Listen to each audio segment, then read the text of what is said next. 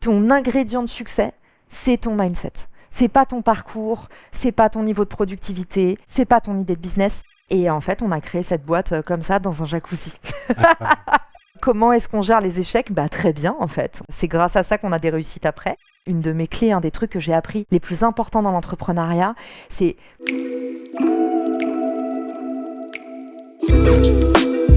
Bienvenue dans Route, le podcast qui identifie les racines de la réussite. Ici, on ne se contente pas de raconter des succès. On explore ce qui les rend possibles, mais aussi fragiles. Les victoires qui rendent fiers, mais aussi le flou, les doutes qui t'accompagnent, même quand tu performes. Parce que le business, c'est des hauts et beaucoup de creux entre les pics. Chaque semaine, une voix forte, un entrepreneur, un auteur, un dirigeant vient avec un vrai sujet. Et ensemble, on creuse. On reformule, on déverrouille, on tire le fil et parfois on touche quelque chose d'universel. Je suis Nicolas Lévy. Et moi, Pedro Canali. Bienvenue dans Route, le podcast qui démystifie le succès.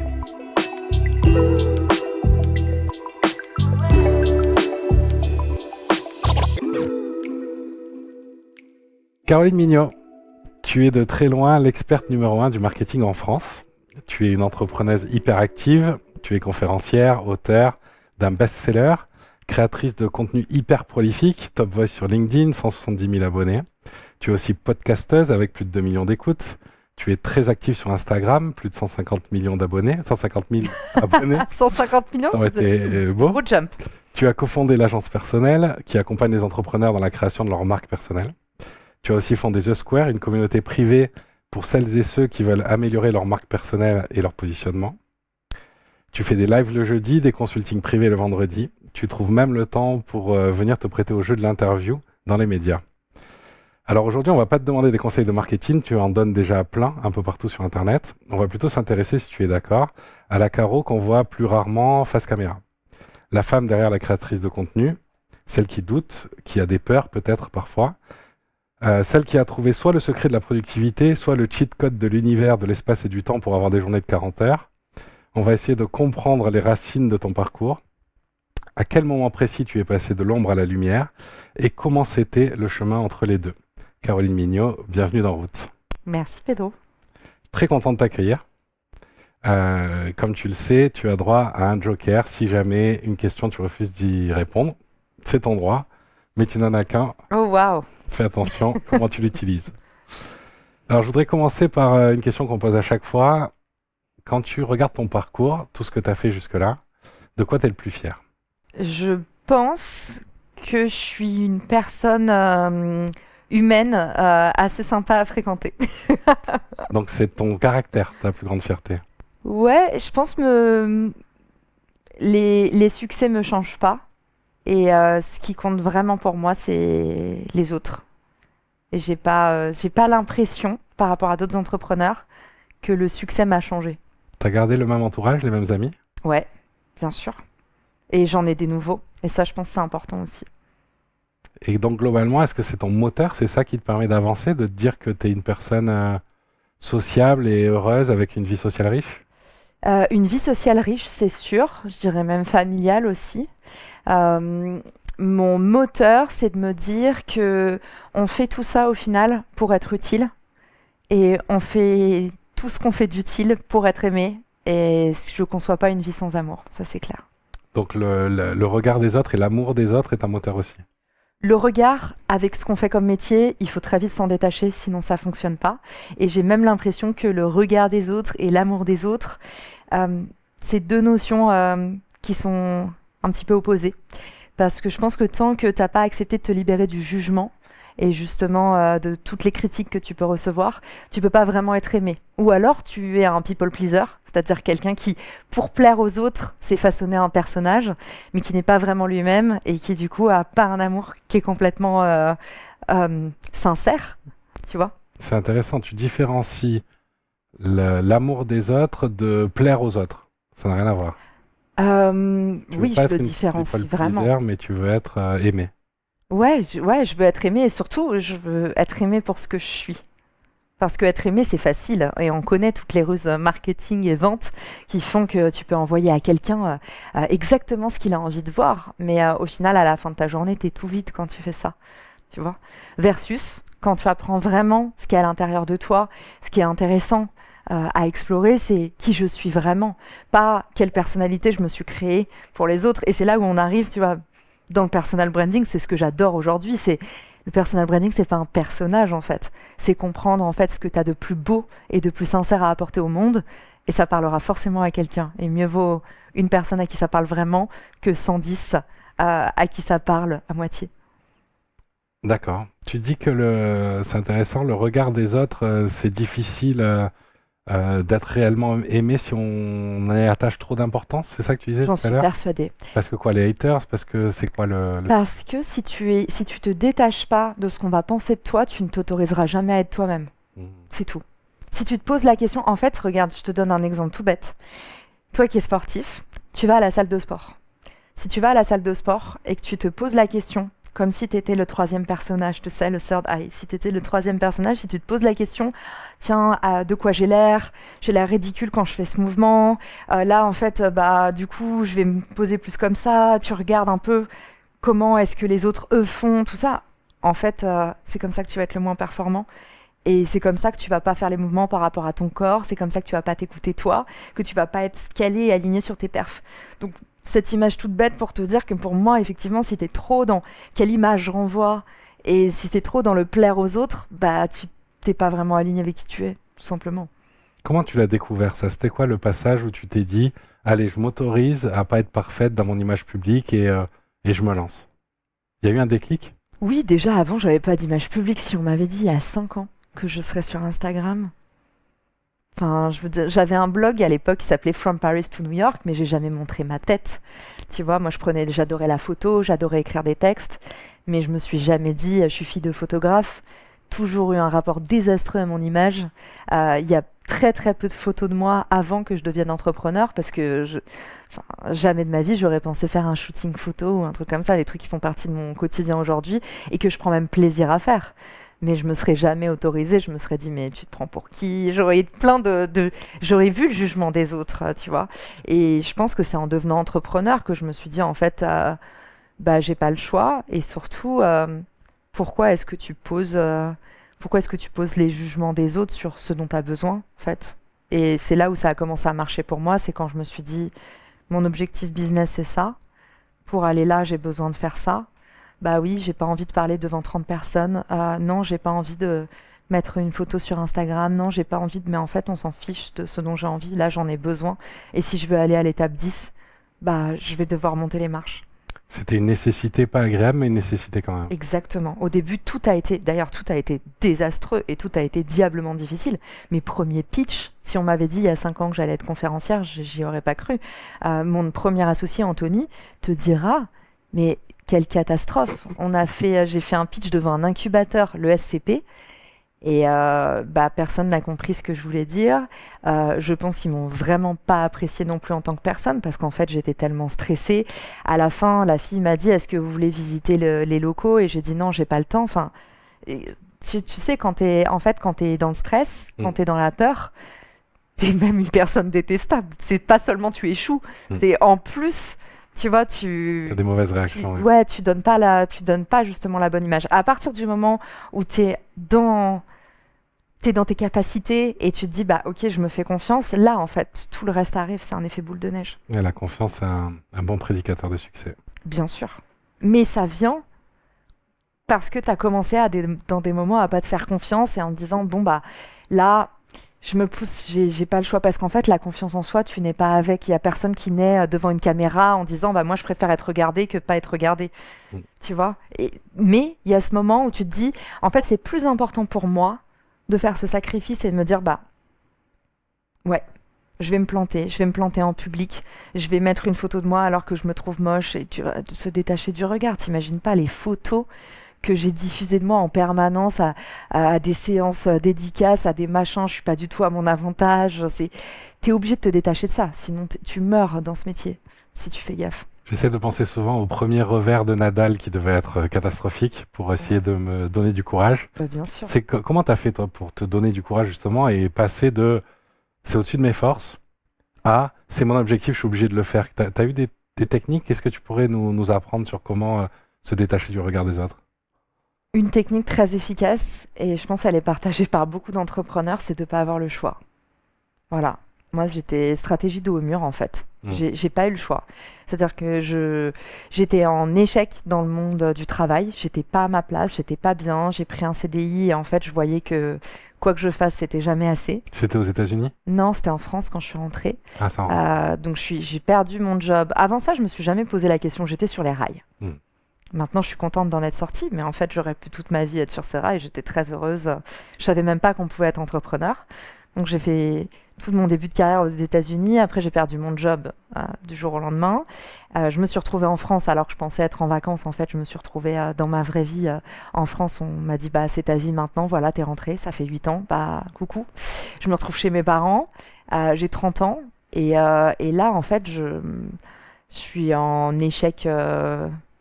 Ce que je considère un échec professionnel, c'est-à-dire je me suis fait virer de mon job avant d'avoir commencé. Ils ont changé d'avis pendant les démarches de visa et j'ai rien prévu, j'ai pas prévu le coup d'après, ce que tout le monde m'avait dit, Pedro, parce que j'avais eu d'autres opportunités de job que j'ai filé à des potes et tout le monde m'avait dit tu devrais les garder en plan B, machin.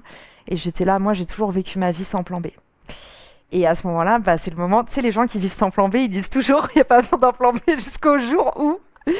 Mais c'est bien de ne pas vivre dans la peur. Et voilà, effectivement, ce jour-là, je l'ai payé, entre guillemets. Mais tu vois, au final, j'en suis très contente aujourd'hui.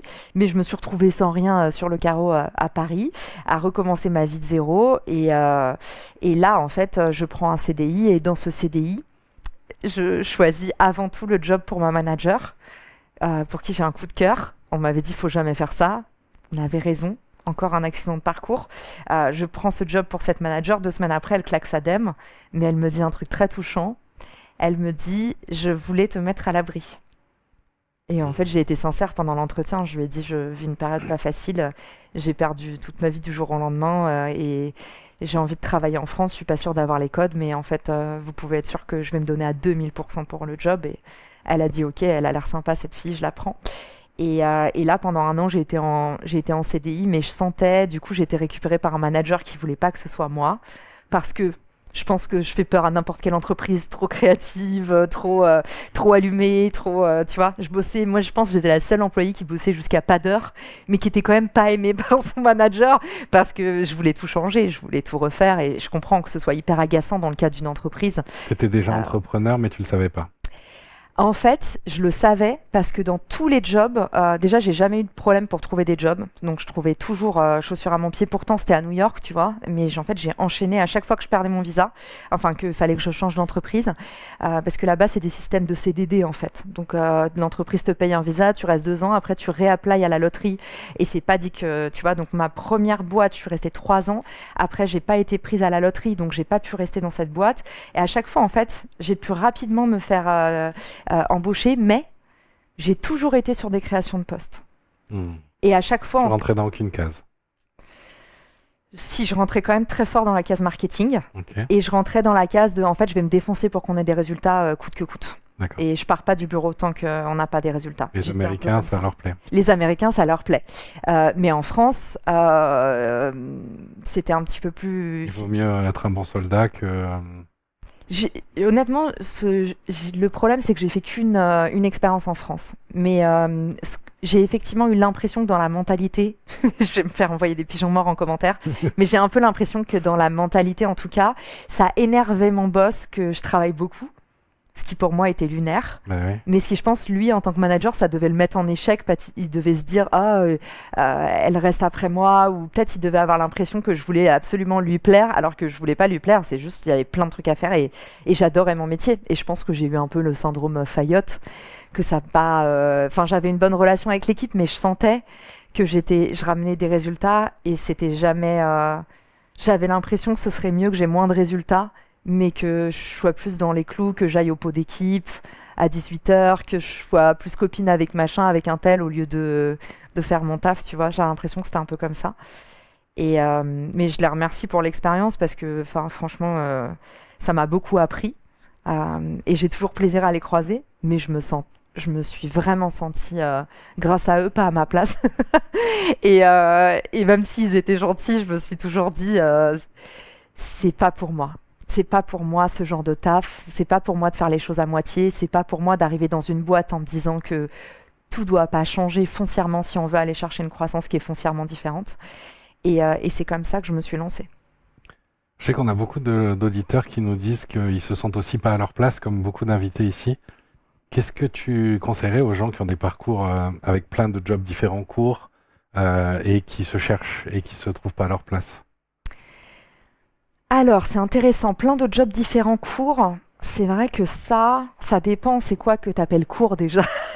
La génération de nos parents, ils avaient une entreprise, des fois deux, Ouais. mais c'était déjà chelou d'avoir deux boîtes Ouais. qui n'étaient pas fait ta carrière partout. Là, tu veux dire, il reste que quelques mois? Là, quelques mois ou même 2-3 ans, mais après tu changes. Ah, En fait, 2-3 les gens, ils ont honte dans leur CV quand ils arrivent à 30-40 ans d'avoir 5, 6, 7, 8 entreprises différentes où ils sont restés 2 ans. Ah ouais, ils ont honte. Ah ben beaucoup, ouais. Ah, faut me les envoyer, ceux-là, n'importe quoi. Non, c'est en fait, aux US, ils disent que si tu veux devenir vraiment plus riche, tu dois changer de job tous les 2 ans. Parce que c'est comme ça que tu fais des jumps de salaire. Et ben, les patrons sont d'accord avec ça, ils comprennent, c'est le jeu en fait. C'est beaucoup plus facile d'aller chercher du coup une prime si tu changes de job que dans ton job actuel. C'est un peu la même chose quand tu es en couple. Tu vois, si tu veux avoir un renouveau dans ta relation, évidemment, c'est beaucoup plus facile d'aller dater quelqu'un de différent parce qu'il y a cette promesse de la nouveauté. Donc, il y a toujours une prime à la nouveauté. Mais moi, mon avis là-dessus, c'est qu'il y a expérience courte et expérience courte. Je pense que c'est bien de rester 1 an dans une boîte. Ça ne veut pas dire qu'il faut rester 1 an dans une boîte toxique. Ça veut dire une expérience de 1 an, c'est quand même bien parce que si tu pars, dès que tu t'ennuies, tu ne comprends pas quelle est ta marge de progression dans l'entreprise et du coup t'enchaînes juste à chaque fois, genre dès que j'ai une frustration, je switch. En fait, même pour ta carrière d'entrepreneur, c'est pas bon parce que franchement, quand tu es entrepreneur, il y a plein de moments où tu vas avoir envie de quit aussi. Donc être un zapper, pour moi, c'est quand même dangereux. C'est bien de rester 1 an dans ta boîte, comme ça tu vois, même t'apprends à t'ennuyer, t'apprends à comprendre que dans l'ennui, il y a des opportunités. Parce qu'en fait, le nombre de fois où j'ai vu des gens changer de vie, de carrière, parce qu'ils se faisaient chier dans un CDI. Pensez-y autour de vous. Moi, comment j'ai lancé mon blog From Paris to New York, le premier qui a vraiment super bien marché, où je me suis dit, tiens, il se passe un truc avec raconter sa vie en ligne face à des inconnus. Je me faisais chier, j'étais en CDI.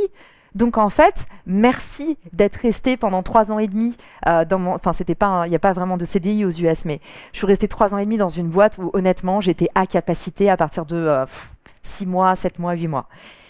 Mais en fait, derrière, ça m'a donné l'occasion de faire plein d'autres choses. C'est pour ça aussi que le Covid a été le meilleur incubateur de boîtes. Les gens, ils se faisaient chier, ils étaient arrêtés chez eux, ou alors ils étaient dans un job où ils avaient plus grand-chose à faire. Bah en fait, ils se sont regardés le nombril, ils se sont écoutés, ils ont expérimenté. C'est génial aussi de s'ennuyer et d'être bloqué dans un job pour 1 an. C'est pas nécessairement une mauvaise chose. Tu vois ce que je veux dire? Ouais, la vertu de l'ennui, ouais, je vois. Donc là, tu te sens pas à ta place, tu as eu plusieurs, ce que tu appelles échecs professionnels. Je fais un petit Pedro. Oui. Ça me rappelle une histoire marrante sur la vertu de l'ennui. Tu sais que Einstein, il a pris un job ultra alimentaire pour pouvoir se consacrer à sa passion première. Et c'est comme ça qu'il a lancé sa grande théorie parce qu'il il travaillait au bureau des brevets et il se faisait extrêmement chier. Et du coup, il avait trouvé un moyen de faire sa journée en genre 3 heures. Et ce qui lui permettait d'avoir de quoi se payer son temps pour ses recherches. Donc tu vois, je trouve ça intéressant. Souvent, les nouveaux entrepreneurs, ils donnent à chaque fois ce truc de genre, oui, tu dois rien supporter, tu dois machin, tu dois aller all-in. C'est intéressant aussi de voir que... Il y a plusieurs chemins. Il y a plusieurs chemins et il y a plein de grands entrepreneurs qui se lancent avec un job à côté où tu vois, il n'y a pas un seul parcours et une seule voie toute tracée, quoi. On peut aussi se faire chier dans un job de merde pendant des années et pour autant tout cartonner et avoir besoin de cette sécurité-là. On est tous très différents là-dessus, ouais. La peur du risque, la gestion du risque, tout ça. Donc, si je continue ton parcours, tu as plusieurs échecs, ce que tu appelles toi-même des échecs, qui n'en sont pas vraiment, mais qui sont des ennuis. En tout cas, t'es pas heureuse, t'es pas épanouie. Et là, qu'est-ce qui se passe? Tu te lances? Raconte-nous exactement ce qui s'est passé. Alors, je suis dans cette boîte où ça se passe bien, mais je sens que ça va pas être la boîte de ma vie. Et du coup, je suis restée 1 an en tout. À partir du moment où ma boss s'en va, Je suis récupérée par mon autre manager qui me voit pas d'un très bon œil et pense que LinkedIn, ça marchera pas. Et moi, à l'époque, j'ai le sentiment que LinkedIn, ça va devenir un truc énorme. Le nouveau Facebook. Le nouveau Facebook, en tout cas, je bosse dans le transport routier. Je vois des coûts d'acquisition qui sont dramatiques. J'ai été recrutée au poste de directrice com. Donc, en fait, on me demande pas trop mon avis, mais quand je vais regarder, il y a des grosses hackers qui sont dans mon service. Et en fait, de base, moi, c'était mon métier, ça. Mais c'est pas le job, et ça, c'est ça le problème de la France aussi, c'est que tu vois, genre, en fait, c'est pas le job pour lequel j'étais embauchée. Du coup, quand j'allais voir les mecs en disant alors, vous faites quoi et tout, et je voyais leurs résultats qui étaient genre vraiment problématiques. Et en fait, c'était pas mon job, tu vois. Et donc, je voyais les coûts d'acquisition qui étaient monstrueux. Et j'étais là, mais pourquoi vous faites pas de l'inbound? Tu m'as dit de pas parler marketing, donc je vais pas me. À ce moment-là, en gros. C'est pour ton parcours. En fait, c'est un peu comme un médecin spécialiste qui récupère ce qu'un autre médecin spécialiste a genre mal diagnostiqué, mais on lui dit attends, mais toi tu gères que le foie, pourquoi tu donnes un conseil sur tel truc? Et il dit en fait. Il y a un tronc commun, je sais d'où ça vient en fait, il y a une autre racine. Et donc à ce moment-là, je vois ça et je dis on va faire du contenu. Et je commence à faire du LinkedIn à fond pour faire baisser les coûts d'acquisition. On fait un partenariat avec une première boîte, ça marche super bien. Mais en fait, le problème, c'est que même si tout ce que je fais marche, mon boss, vraiment pour moi, ne m'évalue que sur des trucs d'apparat. Du genre, je me suis trompée sur le nom d'un salon devant un partenaire. À côté de ça, je fais des webinaires où il y a genre 150 personnes sur le transport routier. Et tu sais, il se dit, alors qu'il y a un impact drastique sur le revenu. Mais en fait, je suis évaluée que sur des trucs qui, pour moi, sont pas du tout intéressants pour la croissance de l'entreprise. Il cherche la petite bête. Même pas, parce qu'il est honnêtement gentil. Mais je suis pas évaluée sur les bons critères. Et en fait, quand t'es pas évaluée pas pour tes bons critères dans une entreprise, je me dis pas oui entreprise de merde, je me dis crée ta boîte, tu vois. Et ça, je pense que c'est important aussi, tous les gens qui sont pas bien dans leur entreprise, le pire truc à faire, c'est de pester contre son entreprise. En fait, tu dis bon j'ai choisi d'être là, soit je prends la meilleure partie.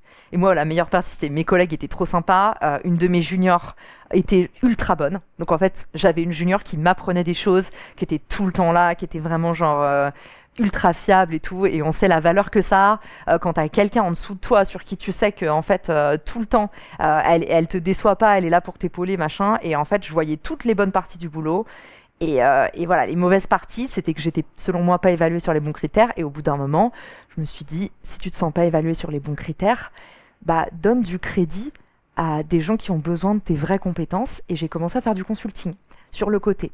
Et quand j'avais rejoint cette boîte, j'avais déjà demandé à ma boss, parce que j'étais pas payée évidemment à la hauteur des US, tu t'en doutes, j'ai divisé mon salaire par 2. Et du coup, je lui ai dit, je prends le job, mais je veux avoir le droit de bosser sur le côté. Donc sur le côté, je donnais des cours en école et je faisais du consulting.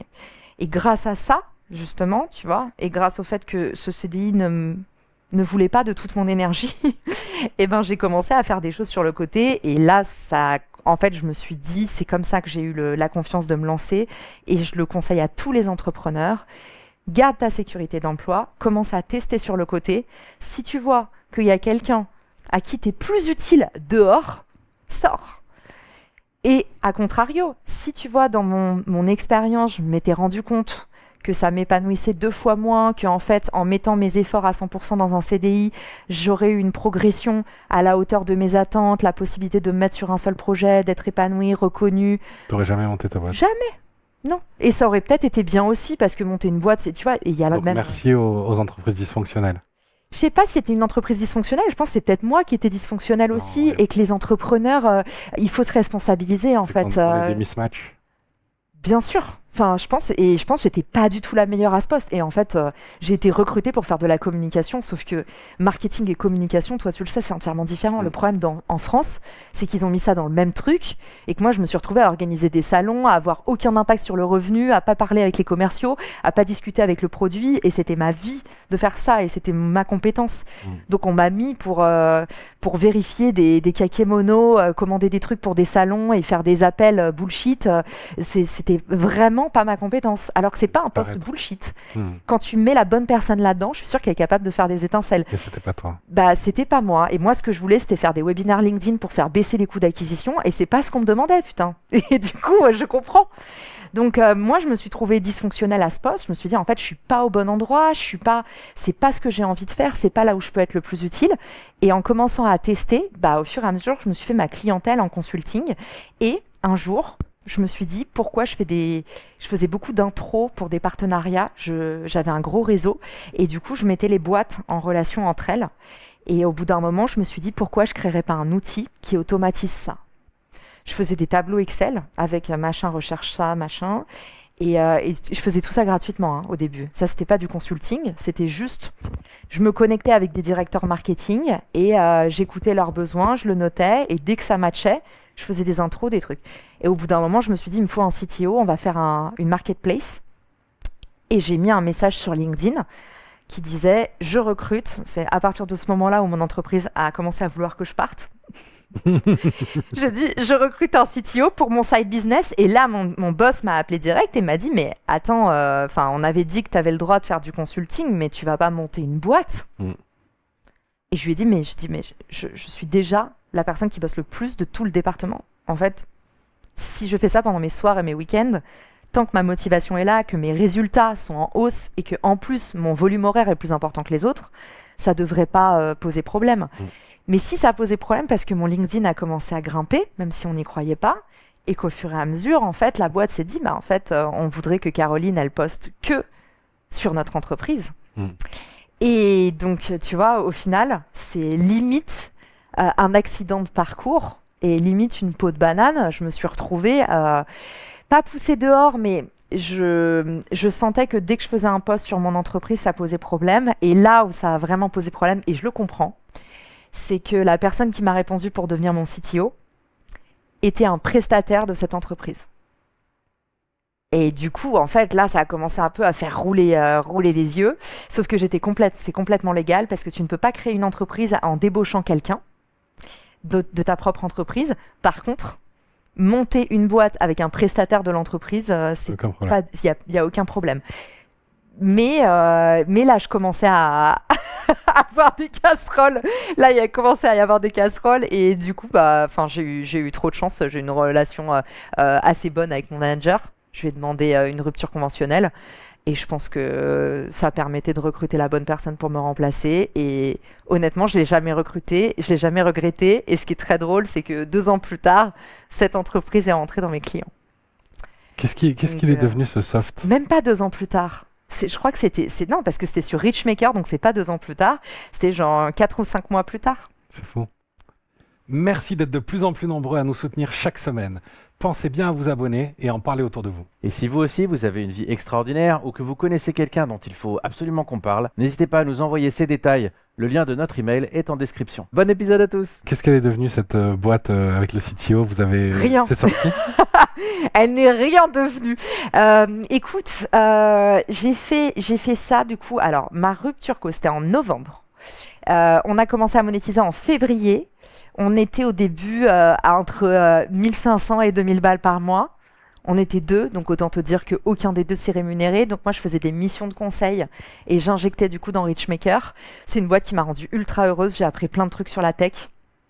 On est en train de devenir une boîte de tech chez Agence Personnelle. Donc en fait, comme quoi, quand tu penses que tu as bossé pour rien, tu bosses jamais pour rien. Et en fait, au bout de 8 mois, j'ai rencontré mon conjoint actuel, qui à l'époque n'était pas mon conjoint. Mais du coup, au bout de 8 mois de Richmaker, je rencontre Arnaud Gazet, qui a une boîte qui ressemble à la mienne. Et on est mis en relation via nos boîtes par quelqu'un, un ami, Francky, qui dit « Mais parlez-vous, vous faites la même chose dans des styles différents ». Et effectivement, il faisait la même chose dans un style différent parce que lui, c'était une boîte globale, donc qui adressait d'autres marchés que la France, pas encore monétisée, avec des fonds levés et une équipe déjà en route de 15 personnes. Alors que vous étiez 2 bootstrappés qui fait déjà des revenus. Donc, ouais. Les opposés. Les opposés, t'as raison Pedro. En plus, c'est marrant. Tu devrais faire du coaching pour les entrepreneurs parce que t'as un bon œil. C'est exactement ça. J'avais jamais mis le doigt dessus. Mais t'as raison. C'est vraiment ultra des polarités, quoi. Et ben, on s'est bien entendu. Et les contraires s'attirent. tu vois. On a commencé à merger. L'équipe Richmaker, c'est-à-dire Anthony et moi, le département, un des départements de Richmaker a migré et ils sont du coup, on est arrivé chez Refer, qui du coup, Refer, vu qu'ils avaient levé des fonds, il y avait un salaire. Donc en fait, Anto et moi, on a fermé Richmaker, on est passé sur Refer. Refer n'a pas marché non plus. Donc, tu vois, souvent on me dit oui, comment est-ce qu'on gère les échecs? Bah très bien en fait, on les gère très bien. C'est grâce à ça qu'on a des réussites après. Et Refer, du coup, autre modèle, on a levé des fonds. Ça a été une catastrophe pendant un an de lever des fonds, ça a été ultra dur. Moi, j'étais pas prête pour l'exercice, j'avais pas le temps de me former parce qu'il fallait que je fasse à la fois tout l'opérationnel de la boîte. Je ne me payais pas non plus sur cette boîte-là. Puisque au bout de 3 mois de consulting, on a décidé pour garder du runway sur la boîte de ne plus se rémunérer. Enfin, j'étais la seule de la boîte pas rémunérée parce que j'avais la possibilité de gagner de l'argent ailleurs. Donc, du coup, sur Refer, pendant 1 an, je fais du consulting. Tu vois à quel point ça se voit pas de l'extérieur. Tu regardes le LinkedIn de quelqu'un, ça a toujours l'air propre. Mais la réalité, c'est que du coup, je faisais du consulting pour payer du coup le fait de pouvoir m'offrir mon temps pour bosser sur ma boîte qui ne marchait pas. Et j'ai refait ça pendant 1 an. Et puis, C'est dommage. ouais. C'est dommage que sur LinkedIn ce soit si lisse. Moi, je vois ton LinkedIn. Si je te connaissais pas, Ouais. je vois ton LinkedIn et jamais je t'embauche. T'as pas d'échec, t'as rien Ouais. appris. Et voilà, t'as fait une super école, un job aux États-Unis, et puis ouais, il va falloir que tu sois très très forte en entretien.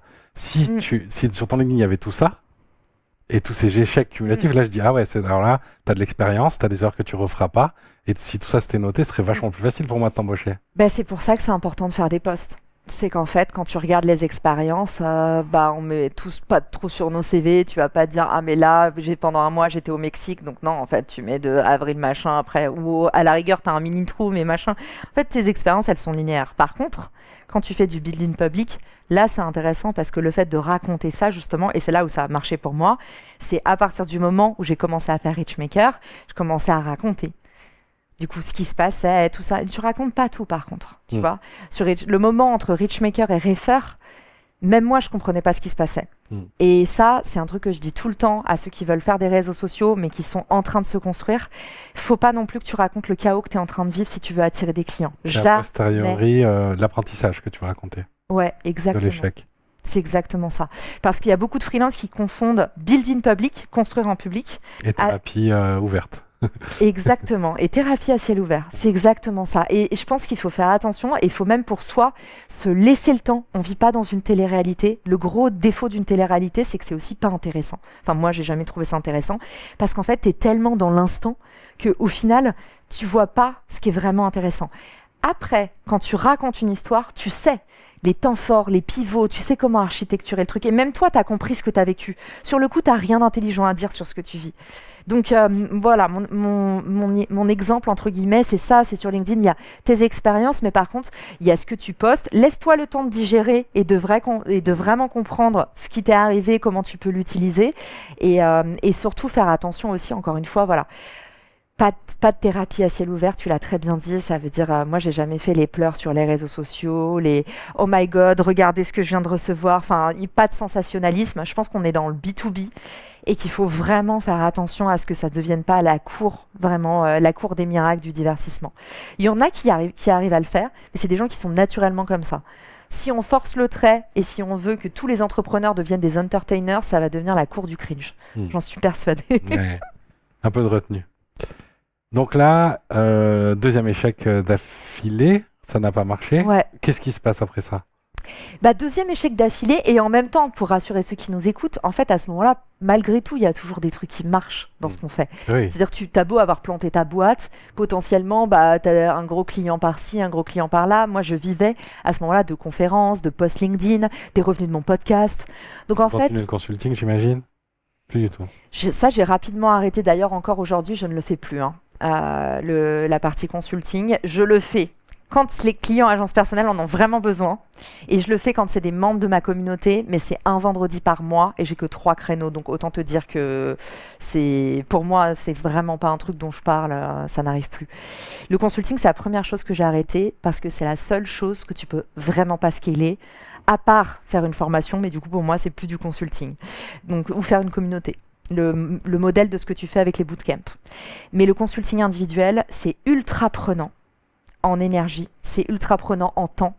Et c'est vraiment une partie que tu passes pas quand tu as des équipes, tu passes pas avec tes équipes, tu passes pas à résoudre des systèmes et du coup tu scales pas ce que tu fais. Donc pour moi, mon conseil, c'est la première chose entre guillemets que tu dois arrêter quand tu deviens, quand ta boîte commence à fonctionner. C'est vraiment le consulting. C'est bien pour avoir une source de revenus pour le fondu enchaîné dont parlait Lénie qu'on a reçu il y a quelques semaines. C'est t'as ton métier à côté ou ta startup à côté et tu continues le consulting pour sécuriser la base. Bien sûr. Et c'est bien que ça se développe, même le format hotline, tu sais, comme la voyance.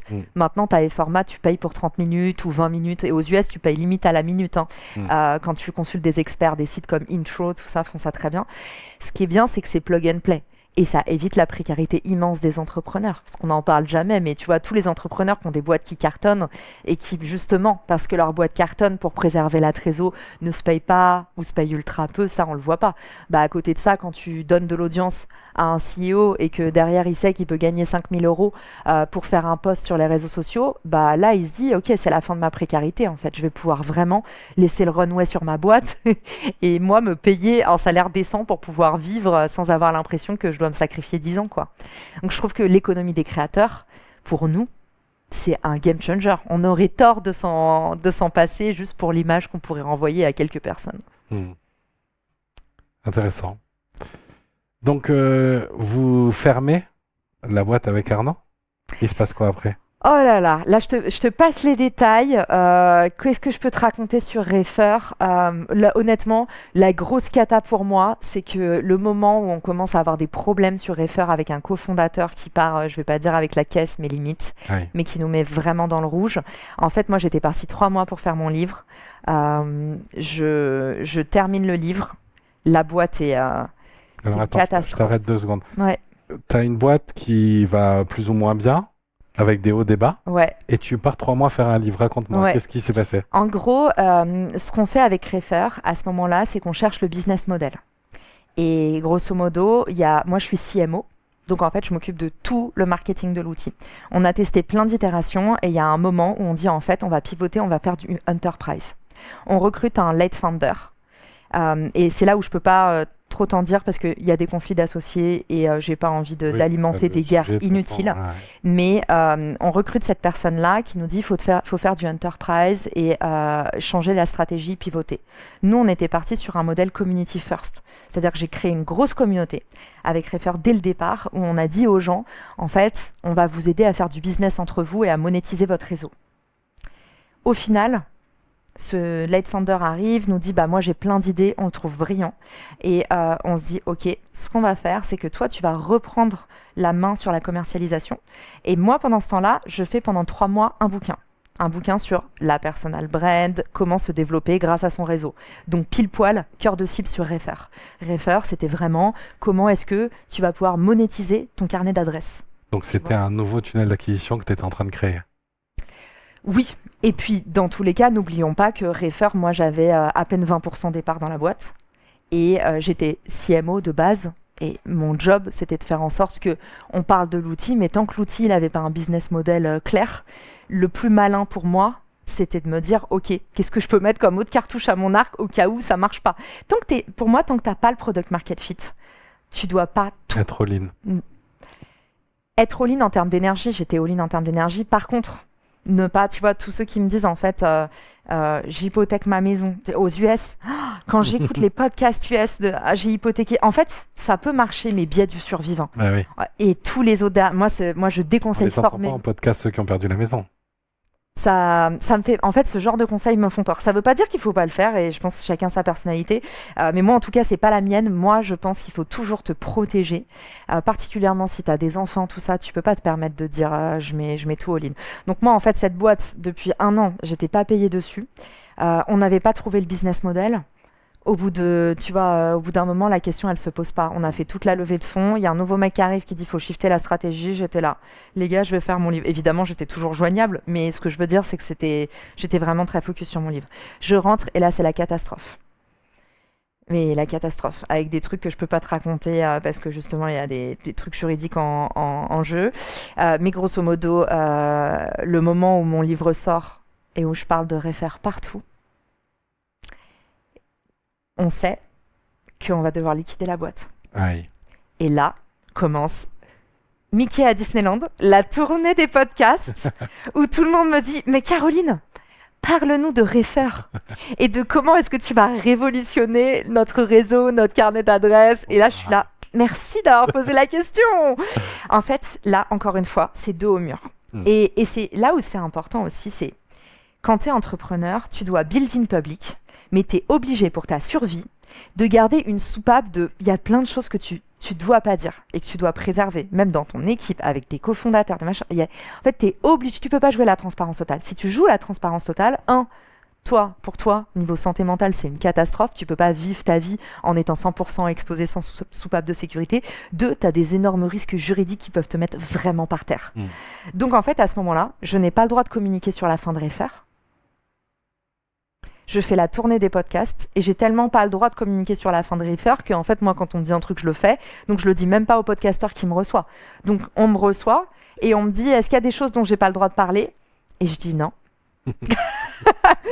Et ben voilà, faut assumer. Et c'est pas grave parce que 2 ans après, je raconte, à ce moment-là, il y avait une omerta. J'avais pas le droit d'en parler. J'ai dû quand même faire des podcasts.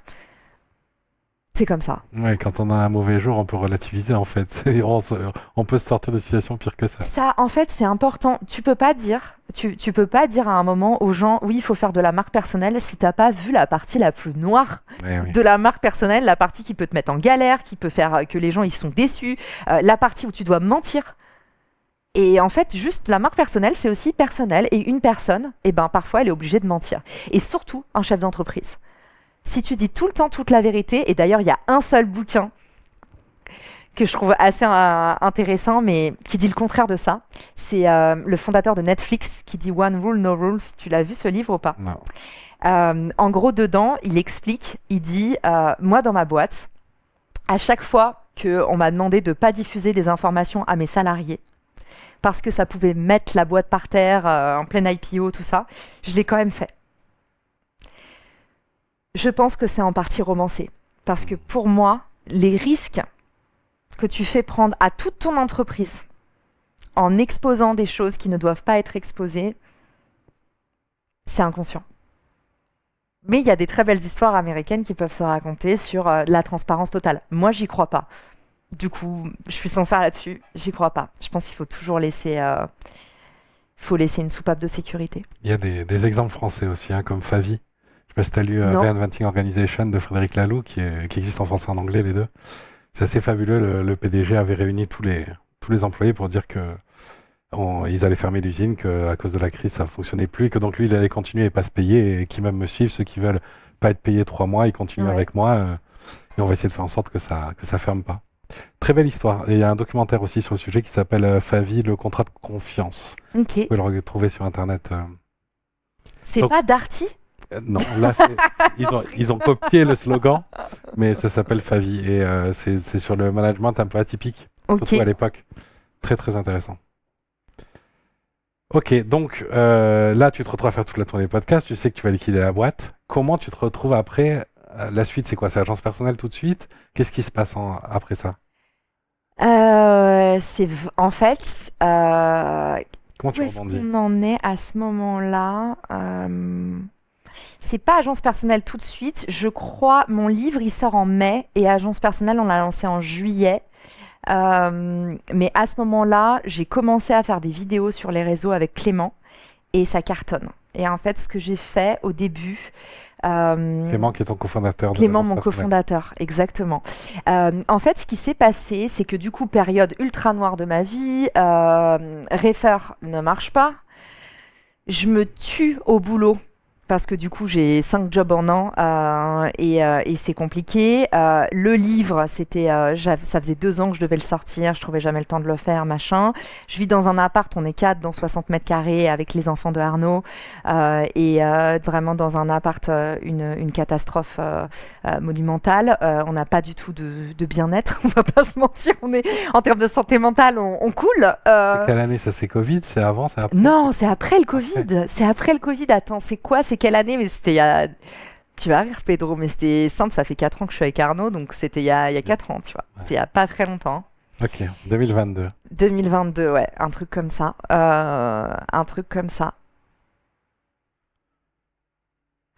Ça fait quand même... Non, je vis déjà avec Arnaud, donc c'est il y a moins, il y a 3 ans. Il y a 3 ans. Parce que, ouais, entre-temps, du coup, je vis déjà avec Arnaud, donc c'est bien après Refer.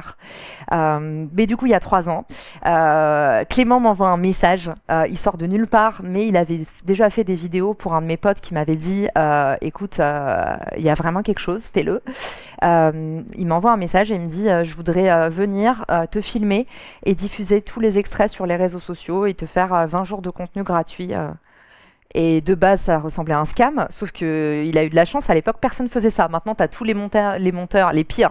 C'est le pire d'ailleurs des monteurs qui fait ça et qui t'envoie oui, je vais te monter un extrait, tu reçois le truc, tu ressembles à un Picasso, il y a des fautes d'orthographe partout, bref. Mais à l'époque, ça n'existait pas, ce truc de sampling aux États-Unis, tu sais, ils te font goûter un petit bout, ils t'envoient un truc pour te montrer ce qu'ils peuvent faire. Et du coup, c'était un peu atypique, j'ai failli dire non. Et puis, mon pote m'a dit vraiment, vas-y, fais-le. Donc Clément, il arrive dans ce bordel, dans l'appart de Barbès. Et en fait, les vidéos, ça marche tout de suite. Et je me dis, waouh, il y a un truc. Et à l'époque, je voulais être investisseur dans sa boîte. Lui, il avait déjà le nom même agence personnelle. Et je me dis, ce mec, c'est un génie. Je le vois tout de suite, je me dis... je veux investir dans sa boîte parce qu'il a quelque chose. Ça t'a déjà fait ça, Pedro? Tu rencontres quelqu'un et tu te dis, il va percer. Ça te l'a fait? Oui, bien sûr, ouais, ça m'est déjà arrivé. Et puis j'ai déjà rencontré Clément, donc je vois le style, je vois ce qui t'est arrivé. Il est très particulier. Après, je me dis, ça peut être moi aussi qui ai eu juste mon coup de foudre, qui a eu Arnaud aussi. Tu vois, on a vu Clément et tout de suite, on s'est dit, il a vraiment quelque chose. Mais en tout cas, je pense qu'on a tous dans notre vie déjà eu ce sentiment sur quelqu'un de waouh, lui, je me fais aucun souci. Parfois, je le dis à des amis qui ont des échecs, je leur dis, mais pardon de pas être triste, mais je ne me fais aucun souci pour toi. Enfin, je sais pas quand, mais tu vas réussir tellement fort. J'ai eu ce sentiment avec lui aussi. Et en fait, je veux investir dans sa boîte et au final, je fais un post LinkedIn pour le remercier, ce qu'il ne m'avait même pas contraint à faire. Il m'avait dit, si ça te plaît, tu en parles. Mais il m'avait pas dit, oui, on échange d'un post LinkedIn, machin. Le mec tellement sûr de lui, il me dit, si ça te plaît, parle-en autour de toi. Basta, je te demande rien, ciao. Moi, je vais essayer de te contraindre de parler de cet épisode, mais... Tu me donneras tes techniques. Non, mais bien sûr que je parlerai de cet épisode. Tout ça pour te dire que Clem, à ce moment-là, je me dis, ce mec, c'est un ovni. Et je crois très très fort en son projet. Et il diffuse mes vidéos, ça cartonne. Je fais un post LinkedIn en disant, parce que tout le monde me demandait en plus, c'était radicalement différent à l'époque. Ça n'existait pas, ouais. Et je fais un post pour dire voilà ce qui s'est passé, machin. Et là, Clément, il signe les clients comme des petits pains. Sauf qu'à ce moment-là, il n'a même pas lancé de service, lui. C'est un podcasteur toulousain. Qui est je crois en rupture conventionnelle lui-même depuis un an, un truc comme ça. Et en fait, tout d'un coup, il signe plein de clients. Et moi, j'avais investi tous les revenus de mon podcast dans un studio pour passer à la vidéo. Et à ce moment-là, de façon hyper pas prévue. Ouais, naturelle et même un peu limite accidentelle. C'est-à-dire qu'au début, je lui ai dit, je te prête mon studio. Après, en fait, il a signé tellement de clients que je lui ai dit, faisons de l'apport d'affaires. Parce que ça devenait vraiment, c'était tous les jours, quoi. Et en fait, on n'a jamais eu le temps de faire de l'apport d'affaires parce qu'entre-temps, je l'ai invité à parler avec moi à une conférence. Et parce que je suis persuadée que la prochaine étape de Clément, c'est que c'est vraiment un orateur hors pair. Et que le jour où il va commencer à faire des conférences, il va exploser de ce point de vue-là. Et du coup, je voulais absolument qu'il vienne sur scène avec moi. Et en fait, le fait qu'il vienne sur scène avec moi, il est parti en déplacement avec Arnaud et moi. Arnaud qui était déjà mon conjoint. Et en fait, on s'est dit, mais on s'adore tous les trois. Et si, en fait, au lieu de mettre un ticket dans ta boîte, Clem, ou au lieu de faire du partenariat, on lançait cette boîte ensemble. Et en fait, moi, j'amène tous les clients, je fais le marketing. Arnaud, c'est simple, Arnaud, il sait tout faire. C'est un entrepreneur autodidacte né, ça fait 15 ans qu'il fait ça. Tu lui dis tourne une vidéo, il sait tourner une vidéo, il sait gérer la technique, il est super fort sur l'image, il sait faire de la prospection, il sait gérer des campagnes d'ads, il sait gérer des créateurs. Enfin, il a une agence de pub pendant 10 ans. La messe est dite. Et puis Clément, le talent qu'on lui connaît, quoi, faire parler les gens, créer de la viralité, trouver des sujets, des angles, écouter les gens d'une vraie oreille. Et en fait, on a créé cette boîte comme ça dans un jacuzzi. C'est dingue. L'histoire, elle est folle. L'histoire, elle est folle. Et une fois que ça c'est fait, tu continues toutes tes autres activités à côté, puisqu'en fait, ça te prend pas tout ton temps? En fait, une fois qu'on se dit dans le jacuzzi, on va créer la boîte ensemble, on est, je pense, en mars, donc en pleine liquidation de Refer. Et moi, 1er avril ou 1er mai, je commence ma tournée podcast. Et en fait, on se dit qu'on va faire la boîte ensemble, mais évidemment, on lance pas tout de suite la boîte. Ça, c'est un message important pour les entrepreneurs. On a lancé la boîte quand on a eu des revenus conséquents. Au début, ce qu'on a fait, c'est qu'on est allé créer une offre en se disant on va crash tester, faire ce qu'on appelle un POC. Et on a lancé le 1er juillet la première offre agence personnelle. Et c'est là où on a lâché la liane Refer. Et Arnaud et moi, on s'est lancés dans l'agence personnelle. Et on a créé la première offre, c'était 10 vidéos et on postait pas. Parce qu'au début, on s'est dit, poster à la place de nos clients, ça nous prend toute notre marge en fait. Sauf que la diffusion, c'est tout en réseaux sociaux. Et ce qu'on fait, c'est là où on s'est rendu compte, on s'est dit, en fait, on ne fait pas de la vidéo. On fait de la viralité sur les réseaux sociaux. Notre job, c'est de faire grossir une audience. Et du coup, si on donne à nos clients 10 vidéos sur un fichier Drive, il ne se passe rien. Ils vont la poster n'importe comment, ils n'ont pas les codes, ils n'ont pas la caption, ils n'ont pas les trucs. Donc en fait, c'est comme ça, c'est en lançant cette première offre qu'on s'est rendu compte en fait de la Magic Sauce. Et en septembre, on a lancé notre formule qui n'a jamais changé depuis. Et ça, je pense que c'est aussi important. On a refusé des tonnes de clients. Et encore tout à l'heure, cet après-midi, là, j'ai un corpo qui m'appelle parce qu'ils veulent absolument tourner avec agence personnelle. Et le problème, c'est qu'ils veulent faire de la communication corporate. Et on ne fait pas de communication corporate. Alors que j'ai tous les pieds dans les grands groupes qui pourraient nous faire des plans à gogo sur 5 ans, c'est des groupes mais en fait, c'est pas ce qu'on fait. Et ça, je pense que c'est une de mes clés, un des trucs que j'ai appris les plus importants dans l'entrepreneuriat. C'est pour le profit court terme, refuse tout ce qui te fait sortir de ta zone de compétence. Et on pourrait être 3 fois plus riche aujourd'hui en prenant des corporates, mais notre zone de compétence, c'est la communication personnelle. Parce que ça ferait mauvais ménage, c'est ça serait un mauvais mélange, la communication corporate et la communication personnelle? Parce que ce sont des acteurs qui ne veulent pas faire de la personal brand. La personal brand, au sens où nous, on la pratique, c'est on prend un dirigeant et on écoute toute sa personnalité pour en faire un leader d'opinion. Ce que les boîtes corpo veulent faire, c'est créer des publicités déguisées où en fait, elles parlent de leur boîte et d'actualités qui n'intéressent personne. Et derrière, ce seront forcément des clients mécontents. Et nous, on n'est pas en accord avec nos valeurs parce que nos valeurs, c'est de faire des contenus qui sont différenciants, qui sont intéressants. Si demain, on commence à faire des publicités un peu trop... On fait des pubs, mais pour des entrepreneurs. Ça, d'ailleurs, c'est une des spécialités de Clément. Il est ultra fort là-dessus. Mais par contre, tu vas faire un gros acteur corporate. Je te donne un exemple parce que je ne peux pas citer ce client-là. Si demain...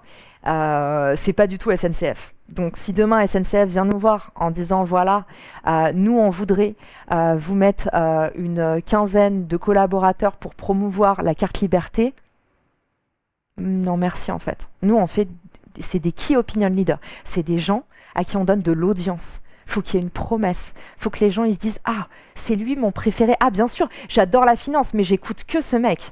Ah mais je m'intéressais pas au droit avant de découvrir les vidéos d'Avi Bitton. Ah mais le retail je trouvais ça chiant avant de suivre les conseils de Cyrielle Meffredi. En fait nous on a besoin que les gens ils parlent de passion, ils transfèrent leurs compétences. On veut pas faire des publicités vivantes. Et pour ça les corporates ils sont pas prêts aujourd'hui malheureusement. La plupart. Il se passerait quoi si tu prenais le PDG de SNCF par exemple et que tu faisais ta sauce à toi avec lui et où il parle de temps en temps de la carte liberté? S'il nous laisse faire, ça peut, mais aujourd'hui, et c'est pour ça qu'on ne prend pas les corporates, il n'y a aucun corporate qui nous a dit vous avez carte blanche. Et là, du coup, on a plutôt des clients qui arrivent, nous coûtent de l'argent parce qu'ils arrivent via, par exemple, mes conférences, tu vois, je travaille avec des gros groupes, par exemple Price, PwC. PwC, ils vont arriver. Et ils vont me dire oui, Caro, on aimerait que tu fasses, que vous organisiez des prises de parole pour notre head-off machin. Derrière, ils ont leur préparation de tournage. Le préparateur de tournage, il va voir quoi? Il va voir toutes les thématiques qui sont malignes, qui sont polarisantes. Derrière, la marque va nous dire non, c'est pas du tout comme ça qu'on veut se positionner. Nous, on veut une image très lisse. Ah non, mais il faut pas dire ça. Ah, on a un de nos actionnaires 2839 qui pourrait pas. Et en fait, chaque vidéo, ils vont la passer au crible de genre 15 étapes de validation. C'est des clients qui nous coûtent de l'argent. Ils ne nous en rapportent pas. c'est les fameux clients qu'il faut pas prendre. Et je le dis tout le temps dans l'entrepreneuriat, c'est valable quand tu es consultant, c'est valable tout le temps. Il y a des clients qui te coûtent de l'argent. C'est tout, il faut pas les prendre. Faut pas courir après le chiffre à tout prix. Non, il faut pas prendre même un contrat sur 1 million, mais d'un mec qui ne te laisse pas être dans ta zone de génie et qui va derrière vouloir les résultats qui vont avec le truc qu'il ne sait pas faire et qu'il ne veut pas faire, ça marchera pas. Et nous, notre pire pub, c'est d'avoir des comptes qui marchent pas. Et on sait, les comptes qui marchent pas aujourd'hui, ce sont les clients qui nous disent « Ah non, je veux pas dire ça. Hein. Ah, je veux pas dire ça, ça c'est un vrai parti pris. » Bah oui, mais en fait, c'est pour ça que c'est du key opinion leader chez nous, tu vois. Il faut prendre des angles différenciants. C'est déjà très difficile de dire non à un client quand on a, comme toi, une belle marge et une belle progression et un beau chiffre d'affaires. C'est déjà très très dur. Mais alors, pour les petits qui sont en train de galérer, justement, qui galèrent, c'est encore plus dur et encore plus important. Je te jure que non. Parce que pour toi, si tu le prends, ta boîte peut s'en sortir, alors que eux, non. Donc c'est encore plus dur, mais encore plus important pour eux, tu crois pas ? Ouais, c'est exactement ce que tu as dit. Alors c'est encore plus dur, oui, mais en fait, c'est d'autant plus important. C'est comme ça que Et franchement, Clément, c'est un bon exemple de ça. Clément, dès le début, il nous a fait des dingueries. Il a refusé des clients quand on ne pouvait pas refuser des clients. Mais vraiment. Ça a sauvé la boîte. Je pense que ça aurait marché quand même, mais ça n'aurait pas explosé. Même moi, il m'a beaucoup appris là-dessus, Clément. Parce que j'avais tendance à tester des trucs ou à dire bon allez ça passe, Clément ça passe pas. c'est un vrai monomaniaque et je pense que c'est une de ses plus belles qualités business et il m'a énormément appris là-dessus. Qu'est-ce qui a été pour toi la période la plus noire, la plus difficile ? Est-ce que tu as des regrets dans ton parcours ? En fait, les regrets sont pas liés à moi. Ils sont vraiment liés à des gens que j'ai pu blesser. Toi, t'es toute gentille, moi, comme ça, t'as blessé des gens ? Ah oui, bien sûr. C'est vrai ? Bah bien sûr. Enfin, on fait tout le temps. Attends, Pedro, déjà, on a des ruptures. Enfin, tu vois, c'est bête. Ouais. Mais bien sûr, on fait toute notre vie, on fait du mal aux gens. Et je trouve que j'en parlais juste avant, se responsabiliser. C'est souvent on a... Quand même dans le don, dans la générosité, ça te caractérise beaucoup, ce côté... prendre du plaisir à passer du temps avec toi. Mais tu en parlais toi-même tout à l'heure, ça fait partie de tes forces. Ça n'exclut pas que tu déçois les gens. Et surtout, plus tu vas prendre du galon, mais comment on pourrait appeler ça ? Plus tu vas prendre de la visibilité, plus tu vas prendre de l'exposition, plus tu vas avoir du succès, plus tu déçois les gens. Là, je suis rentrée j'étais pendant 7 jours au Mexique, j'ai pas travaillé, j'ai pas géré mes réseaux. J'ai reçu plein de messages de gens qui disaient « Il me faut vraiment une réponse pour demain ». Bah, il y a certainement plein de gens qui sont en train de dire Caroline Miot, c'est une connasse. Je lui ai envoyé 2 messages, je lui ai demandé une réponse pour demain. Alors, c'était pas des clients, hein, je précise, hein, ça c'est quand même géré par mes équipes. Mais il y a plein de gens qui vont me dire, tiens, par exemple, oui, j'organise un événement, ça j'ai ça plein ma messagerie.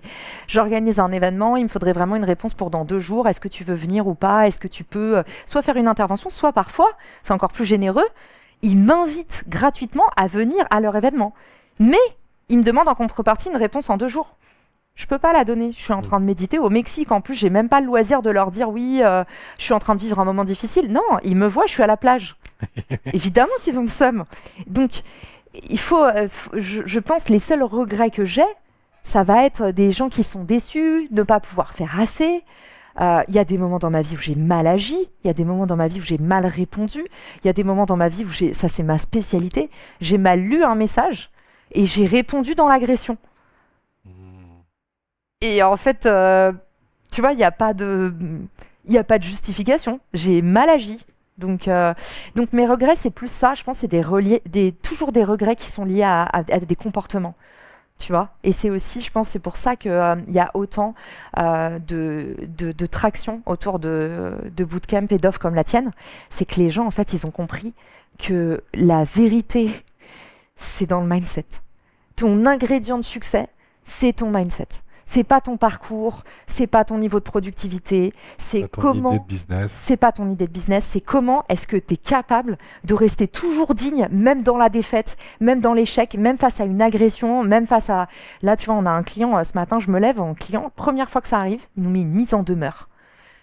mise en demeure. Et du coup, au lieu de nous... En plus, c'est un client avocat. Pas de chance. Mais pas de chance, mais surtout, c'est là où tu te dis... Tu vois, il aurait pu nous parler avant, mais en fait, il a utilisé son... Donc en fait, on a reçu une mise en demeure, vidéo livrée en retard. Il nous demande un remboursement intégral avec des dommages et intérêts. Et en même temps, voilà, c'est le jeu, ma pauvre Lucette, c'est un client avocat. Je pense qu'il n'en est pas à son premier coup. T'as tout le temps, il y a tout le temps des emmerdes, il y a tout le temps des raisons de t'énerver, il y a tout le temps des raisons d'être déçu. Et du coup, de répéter ses comportements sur soit cette personne-là, qui peut-être est dans son droit, parce que lui, si tu l'écoutes, je suis sûre qu'il est dans son indignation, tu vois. Il se dit, mais attends, évidemment qu'ils ont pris une mise en demeure, il m'envoie les vidéos 20 jours après, j'aime pas la couleur, j'aime pas le truc. Lui, il est dans sa vérité. Si tu parles à sa femme, elle dit, putain, c'est bien mérité, ils ont intérêt à te rembourser vite, ces connards, tu vois. Et en même temps, tu peux aussi te déverser sur quelqu'un d'autre. Et dire, et tu vois, et tu passes dans le métro et tu te reçois un coup d'épaule et tu fais oh, et en fait tout d'un coup tu deviens l'agresseur de quelqu'un qui a pas regardé. Donc en fait le mental et le mindset, c'est le truc que tu dois le plus muscler, parce que on a de la chance et en même temps c'est un métier difficile. Comment tu muscles ton mindset? Alors là c'est la partie coach. C'est coach Caro là. Je muscle énormément mon mindset déjà, parce que j'ai jamais été autant en difficulté là-dessus que depuis que je suis entrepreneur. Et je pense que c'est pas pour rien qu'on parle autant de santé mentale dans notre sphère. En fait, quand tu es en CDI, tu es très protégé, je trouve, émotionnellement. Et pourtant, je dis pas que les salariés se la coulent douce. Hein. Il y en a des burn-out dans le salariat. Bien sûr. Mais j'ai la sensation que quand tu es dans ton propre business, t'as pas tous les garde-fous et tout le soutien que tu peux avoir dans l'entreprise.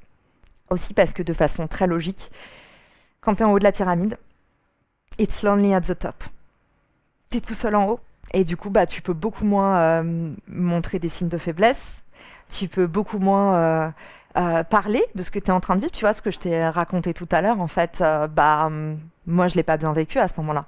Évidemment que, comme diraient les coachs, j'étais désalignée, tu vois. Il n'y a rien de pire que de te dire, tu dois aller là et tu peux pas dire la vérité et tu dois faire comme si de rien n'était et vis avec ça, ma grande. Et le pire, c'est que dans pas longtemps, ça va se savoir et tu vas devoir t'en excuser. Et ça, je le savais aussi. Il y a toujours des moments où tu te dis, putain, je préférerais pas me lever demain. C'est un peu déprimant ce que je dis, mais c'est vraiment un job où t'as pas de soupape de sécurité, t'as très peu de soutien. Heureusement, t'as des amis entrepreneurs, mais c'est difficile. Et la façon dont je le muscle, c'est cultiver la gratitude, cet exercice tout bête de noter à la fin de tes journées ou au début toutes les choses pour lesquelles t'es reconnaissant. Ça nous permet de pas... tu vois, tu peux te lever en disant « Ah tiens, j'ai reçu une mise en demeure » ou tu peux te lever en disant « Putain, j'ai la chance aujourd'hui de faire une journée où je fais que tourner des vidéos avec des gens que j'apprécie pour parler de moi, alors que je trouve que j'ai rien d'intéressant à dire, mais finalement, en fait, on m'a trouvé des qualités. Qu'à la fin de la journée, je vais retrouver la personne que j'aime le plus au monde, que mes parents sont en bonne santé, et en fait, tout d'un coup, tu vois, tout d'un coup, tout va bien. Donc la gratitude des moments de pause, et même si c'est des tout petits moments de pause, mais genre prendre 1 heure pour toi dans la journée, pour faire ton sport, pour faire un truc pour toi, au moins 1 heure dans la journée. Moi, je fais toujours un truc égoïste dans la journée, 1 heure. Et la troisième chose, qu'est-ce que ça pourrait être pour vraiment muscler son mindset qui ne soit pas vraiment dit partout? Franchement, la méditation, c'est un truc de zinzin. Et c'est parole d'hyperactive. Et j'ai une hyperactivité ultra haute. Vraiment, mon bilan attentionnel, c'était une catastrophe. J'ai vraiment beaucoup de mal à fixer mon attention. Et en fait, la méditation, c'est le meilleur médicament que on m'a essayé au moins 4 traitements, des trucs, je prenais des stupéfiants, tu vois, des trucs où tu peux pas conduire quand tu les prends, tu dois aller à la pharmacie, t'as l'impression que limite ils t'ouvrent le coffre-fort, tu peux pas récupérer ton ordonnance, enfin t'as vraiment l'impression de prendre du fentanyl, quoi. Et en fait, ça a beaucoup moins bien marché que de méditer 1 heure par jour.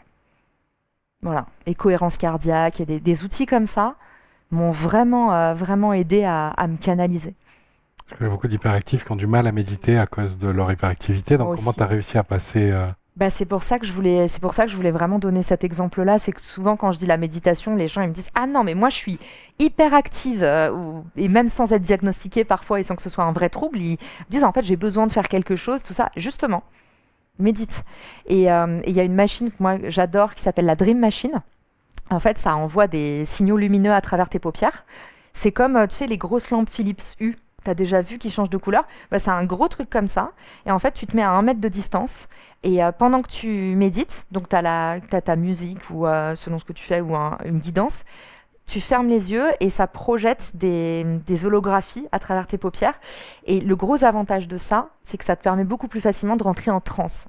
Transe méditative, pour ceux qui nous écoutent, rien de vraiment psychédélique, mais réussir à sortir en fait de tes émotions.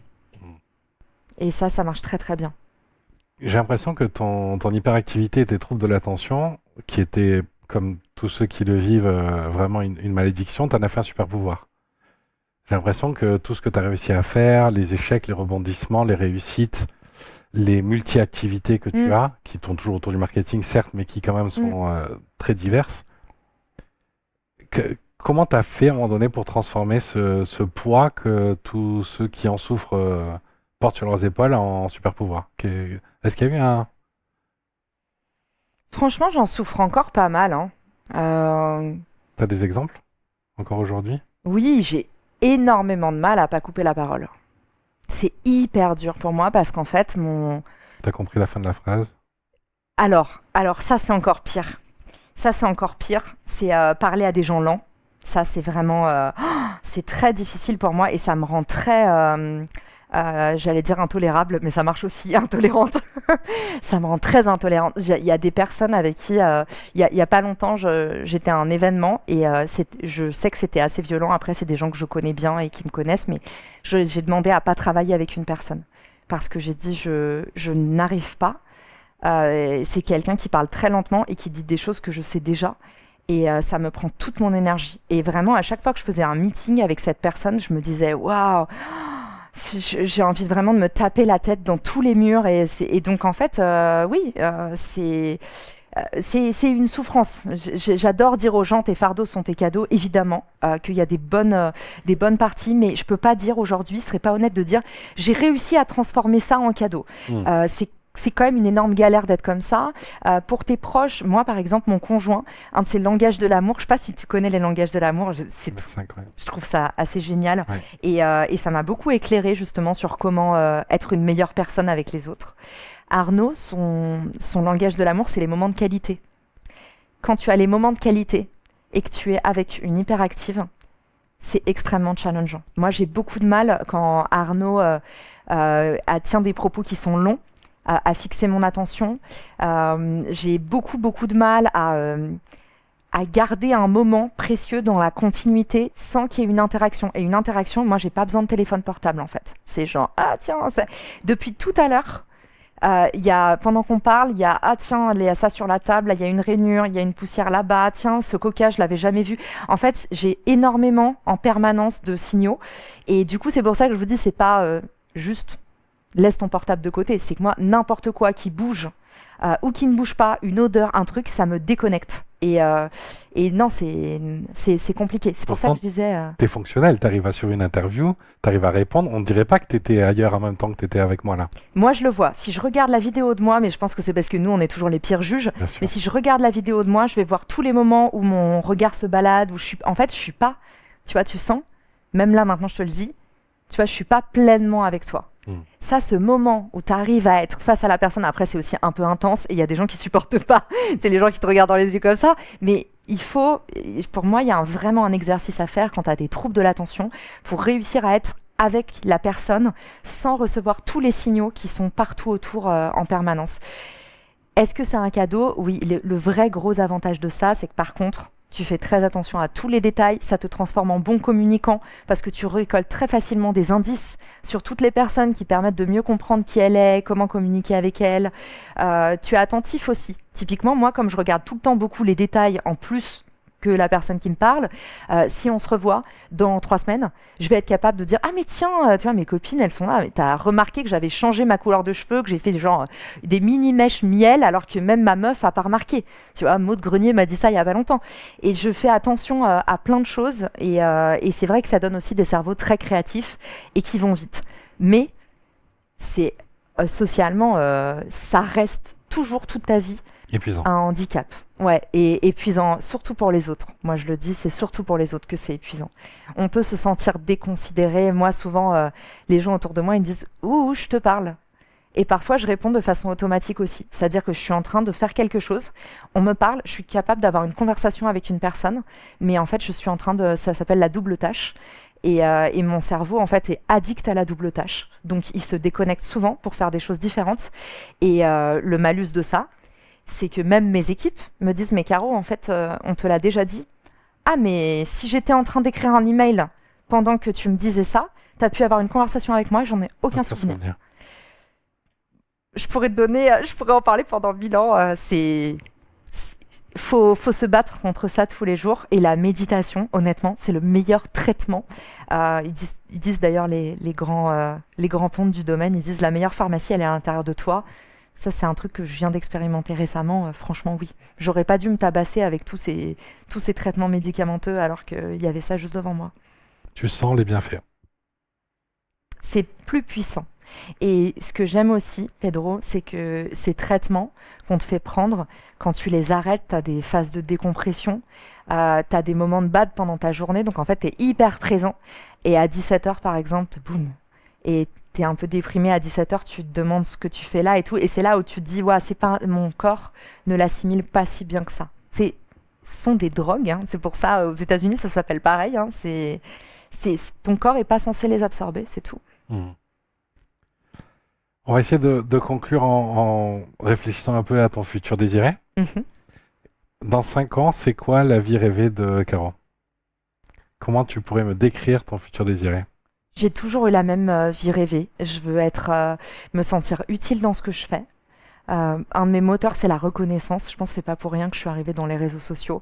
La reconnaissance, pour moi, c'est une énorme dopamine. Quand on me dit merci, avoir la sensation que j'ai un impact sur la vie de quelqu'un, c'est dingo. Pardon, quand ouais. tu dis ton moteur principal, c'est la reconnaissance, Ouais. Est-ce que ça veut aussi dire que les critiques sont 10 fois plus violentes et tu les ressens 10 fois plus fort? C'est une super réflexion. Les critiques, oui, elles sont beaucoup plus violentes. L'avantage pour ceux qui nous écoutent et qui se disent « Oh mince, je me reconnais dans le cas de Caroline, ça veut dire que je suis... si j'ai des critiques, ça va être très difficile. » Plus tu as des critiques, non pas plus tu es déprimé, plus tu as des critiques, mieux tu sais les digérer et moins c'est important. Et franchement, en général, ça ne marche jamais comme ça dans la vie. En général, l'accumulation, c'est plus il y en a, plus ça devient difficile et t'es sûr. La critique, c'est un modèle magique. Parce que plus t'en as, plus tu t'en fous. Ton premier hater, il est plus dur à digérer que le 10e. Mais les premiers haters, avec une de mes copines, on s'est lancé en même temps. Et on était toutes les deux au lit. Moi, j'ai annulé des journées entières à cause d'une nana. Et ce qu'il faut dire aussi, c'est que c'est vrai, il y a haters et il y a harcèlement. Et en fait, le hater, ça va parce qu'il a dit un truc. Quand t'es exposé, t'es souvent harcelé. Et du coup, là, c'est des personnes qui vont te mettre plein de messages sur un canal et qui vont arriver, même après que tu les aies bloqués, sur l'autre canal en disant « Coucou, c'est moi, je vais pas te lâcher ». Et là, en fait, je fais vraiment la différence pour moi entre hate et quelqu'un qui vient et qui juste sort une saleté et le harcèlement qui... c'est quelque chose, le harcèlement. Il y en a qui se suicident à cause du harcèlement. Bien sûr. Et ça devrait... franchement, je ne comprends pas qu'on ne soit pas plus protégé contre ça. Je ne comprends pas qu'aujourd'hui, on soit capable d'envoyer des robots pour livrer des colis Amazon et qu'on ne soit pas capable d'avoir des mesures pénales contre des gens qui harcèlent en ligne. Tu vois, quand on voit, là, il y a eu encore un cas de suicide d'une adolescente, mais en fait, il y a plein d'adultes qui se suicident aussi à cause du harcèlement. On parle du harcèlement au travail, et en fait, le harcèlement sur les réseaux sociaux, on attend qu'il y ait combien de créateurs qui se suicident pour dire « Ah tiens, en fait, c'est une vraie souffrance d'avoir quelqu'un qui te... » Je connais plein de créatrices qui reçoivent des menaces de mort Enfin, tu vois. Donc, je suis assez étonnée que ce soit pas encore légiféré, cette histoire, vraiment sérieusement, tu vois. On devrait pas avoir le droit d'insulter les gens en ligne, par exemple. Ouais, je crois qu'il y a un trou. Les GAFA se cachent derrière leur incapacité technologique à connaître les identités des gens. Mm. Et du coup, les gens qui légifèrent ont du mal à les forcer à avoir des poursuites pénales envers ceux qui harcèlent parce qu'il y a trop d'anonymat. Et en même temps, regarde quand il y a les réseaux pédophiles, en fait, quand on veut rechercher quelqu'un qui est passible d'un délit, enfin, ça se fait. Et pour moi, ça devrait être un délit, la haine en ligne. Parce qu'aujourd'hui, comme je te dis, ça a créé énormément de blessés, de souffrances. Ah oui, non, mais il y a vraiment 2 poids 2 mesures. J'en ai un, en dessous de toutes mes vidéos, il dit « C'est à cause de toi que l'industrie va mal. Tout le misère du monde, c'est ma faute. » Je sais pas qui c'est, et je trouve ça très rigolo. Et c'est pas du tout pareil que le harcèlement, où là, c'est vraiment autre chose. Mais dans ton secteur, alors ça, je l'ai découvert dans le milieu de la formation, c'est hallucinant à quel point, en fait, ce sont beaucoup tes concurrents. C'est des faux haters. Non, mais je t'assure, Pedro, j'ai jamais eu de haters sur Marketing Square. Dès que j'ai quelqu'un qui fait de la formation, j'ai tout le temps des insultes. Quand c'est les insultes, je les nettoie. Ça aussi, c'est pareil. Tu vois, la marque personnelle, c'est pas être tout le temps transparent. En fait, moi, tu m'insultes sous mes commentaires, ne pense pas que je vais laisser le truc. Ça va pas, je laisse pas un fou devant ma porte. Bah là, c'est pareil. Donc en fait, les commentaires, les insultes, je les nettoie. Donc tu les verras pas. Et quand j'ai des gens qui font de la formation sous mes vidéos, j'ai jamais vu ça. Je suis persuadée que c'est des concurrents ou des personnes qui sont à charge. C'est-à-dire, si c'est pas, tu vois, moi par exemple, mes concurrents seraient des agences concurrentes, mais parfois, moi j'ai beaucoup de consultants marketing digital ou personal brand qui, du coup, ça c'est aussi tes concurrents. Finalement, c'est pas que des gens qui font de la formation, c'est aussi tous les gens qui sont dans ton industrie et qui trouvent que tu leur fais de l'ombre. Ah mais c'est beaucoup moins marrant du coup si c'est pas le fou que j'imaginais qui tape tout ça. C'est un concurrent. Voilà, le geek avec les cheveux gras dans sa cave comme ça. Ça me fait 10 fois moins rire en fait. Il y a un petit peu de tout. Il y a un petit peu de tout. En tout cas, honnêtement, la critique, c'est vraiment magique. Plus t'en as, moins c'est important. Ça donne espoir, c'est bien.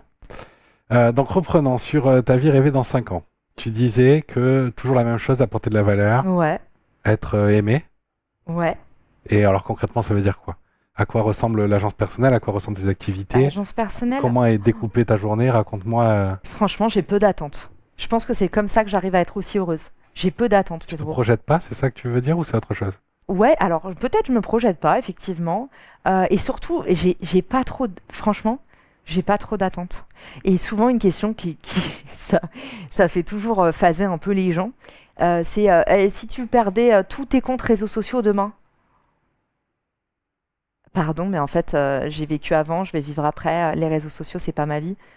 C'est un peu comme, tu vois, maintenant, je pense que j'ai déjà perdu tout, entre guillemets, c'est-à-dire mon taf, 8 ans de ma vie aux US, mon carnet d'adresses, tout ce que je me vantais d'avoir accompli. Bah, en fait, je suis repartie à zéro, meilleure chose qui me soit arrivée. Je pense que si demain, je me réveille et que j'ai plus de compte LinkedIn, là déjà, je suis tellement blindée qu'il faudrait vraiment qu'on coupe mon LinkedIn, mon Instagram, mon Substack, mon podcast. Il faudrait que j'ai vraiment fait une énorme connerie pour que tout ça m'arrive. Et c'est pour ça que nous, notre politique, c'est toujours de mettre les entrepreneurs sur tous les réseaux pour qu'en fait, même si, et surtout dans la crypto, il y a beaucoup de créateurs qui sont tout le temps shotgun leur compte à cause des haters, des gens qui signalent les contenus, tout ça. Évidemment qu'on ne met pas un créateur sur un seul réseau. Et je pense qu'avant, c'était possible de recommander ça. Maintenant, moi, tous les créateurs qui disent « mettez-vous à un seul endroit », en fait, ils n'ont pas compris que les réseaux sociaux, c'est du référencement. Les réseaux sociaux, c'est pas juste avoir de l'audience sur un canal. C'est comment est-ce que je peux remonter tout en haut de la pyramide, là où les gens ils vont chercher l'information et les demandes de décision d'achat. Donc, moi, ce qui m'intéresse, c'est les moteurs de recherche. Comment est-ce que tu es indexé en étant partout? Donc, là-dessus, si demain, voilà, j'ai une interdiction d'exercer, si c'est sur l'entrepreneuriat, je serais triste. Si t'as plus le droit de faire du marketing, honnêtement, demain, je peux relancer n'importe quoi. Le marketing, c'est comme le droit. Une fois que tu as appris à faire ça, ça te sert, mais à tout dans ta vie. Donc, non, je me projette pas trop. Le seul truc qui est important pour moi, c'est les gens qui m'entourent. Être bien avec eux. Mes associés, c'est les personnes les plus importantes de ma vie. Mes parents aussi, ma famille aussi. Et c'est tout ce que je demande pour que ça roule. Et c'est difficile. C'est déjà difficile quand tu es entrepreneur. C'est demander le monde que de vouloir avoir une super ambiance à la maison quand tu rentres du boulot et en plus, dans ta vie avec tes cofondateurs, avec tes équipes, être tout le temps aligné et que tout se passe bien. Donc, je veux pas demander plus. Ça, c'est déjà énorme. Du coup, quoi de différent avec ce que tu vis déjà aujourd'hui par rapport voilà. à 5 ans? Bah, t'as compris. Rien. J'ai même pas besoin de mon joker. Alors, honnêtement, je suis déjà... Enfin, je dis tout le temps, mais ça me vient de ma mère. C'est dans ma famille, on a toujours l'impression qu'on a trop, qu'on mérite pas tout ça. Syndrome de l'imposteur un peu? Non, c'est pas le syndrome de l'imposteur. C'est quoi là? Avoir l'impression que j'ai trop, c'est me dire putain, j'ai tellement de chance. Mais pas que tu mérites pas du coup. Tu es conscient du travail. En fait, pour moi, syndrome de l'imposteur, c'est pas tu mérites pas, c'est tu te dis en fait, on va se rendre compte que ce que je fais n'est pas utile. Moi, je trouve que ce que je fais est utile. Et le jour d'ailleurs où je me rends compte que ce que je fais n'est pas utile, bah, il est temps d'aller ouvrir un bar à huîtres à Arcachon parce que il y aura toujours du business. Pour le coup, quand je dis c'est trop pour moi, je mérite pas tout ça, c'est que je me dis dans quel monde je suis assez chanceuse pour avoir tout ça. La chance que j'ai. Et franchement, quand avec Arnaud, on a des merdes, des trucs qui vont pas et tout, je lui dis toujours, Arnaud, t'as 3 enfants magnifiques qui sont en pleine santé. On n'a personne autour de nous qui est malade. On a le cul bordé de nouilles. On a trop de chance. C'est trop. Tout ce bonheur. Et je pense vraiment qu'il faut réussir à se dire, c'est déjà énorme. Moi, honnêtement, déjà, mon intégrité physique, le fait de ne pas avoir de maladie, de machin, je pousse la porte d'un hôpital, Pedro, je change de couleur. La misère du monde, je ne l'ai pas beaucoup côtoyée, mais je sais très bien, j'allume les infos, machin, je suis percutée par ça. Donc, si je peux avoir mon état actuel dans 5 ans, je suis la plus heureuse du monde. Et évidemment, que les enfants ils grandissent bien, évidemment, l'amour... mais le reste, le cerveau, il apprend par surprise. J'adore, c'est un de mes meilleurs apprentissages de cette année. Donc, laisse-lui des surprises. Très intéressant. On va clôturer par une dernière question. Si tu devais laisser quelque chose aux gens qui se lancent, qu'est-ce que tu leur dirais? Il est difficile à suivre ce conseil, en même temps, il est tellement libérateur. J'aime bien dire aux gens, fais comme si on ne te regardait pas. Tu sais, souvent, dans le coaching, il y a un truc qui marche très bien, c'est qu'est-ce que tu ferais si tu n'avais pas peur? Moi, je trouve que c'est encore plus efficace dans notre monde actuel de dire qu'est-ce que tu ferais si on ne te regardait pas? Souvent, c'est comme ça qu'on trouve nos vraies passions, notre vraie zone de génie, nos vrais trucs. C'est en fait, si tu n'en avais rien à foutre de ce qu'on allait penser, de l'argent, du truc, de la reconnaissance, machin, qu'est-ce que tu ferais? Alors, je te pose la question, qu'est-ce que tu ferais toi? Un truc que je fais tout le temps, moi, c'est lire. Lire me donne confiance en moi, me rend meilleure dans mon job, me permet d'avoir de nouvelles choses à dire. Et tu vois, pendant longtemps, je ne l'ai pas fait, parce que le problème, c'est que quand ton activité marche, tu es tout le temps dans l'opérationnel et tu oublies de toi-même te former. Sauf que, en fait, aujourd'hui, ma vraie promesse, c'est d'être marketing. Et du coup, comment est-ce que tu restes numéro 1 du marketing? Il faut tout le temps se former. Et du coup, aujourd'hui, un de mes vrais gros apprentissages, c'est d'être moins dans l'opérationnel. Donc, de dire plus non à mes équipes, à mes clients, à mes partenaires. Et de me dire, j'ai besoin de ce temps-là pour être meilleur dans mon job. Donc, garder toujours du temps pour me former, parce que c'est ce qui me fait vraiment... Et je comprends, parfois, ça fait halluciner les gens. Je suis vraiment passionnée de marketing. C'est ma passion. Et tout le temps, là, tu vois, en venant, je suis dans le métro et je vois un masque LED qui inclut de la cryothérapie. Et je suis là, genre, waouh, c'est un super exemple de positionnement. Et je commence à écrire un truc. Et en fait, j'adore...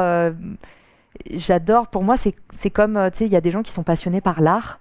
Pour moi, le marketing, le fait de raconter des histoires, alors, évidemment, c'est toujours la même chose, faut qu'il y ait une vraie mission derrière, mais je trouve ça passionnant. Moi, j'aime les pubs dans le métro. Je regarde, je suis là, mais qui a pensé à ça? Mais comment ils ont fait ça? C'est fait en studio, c'est fait en truc.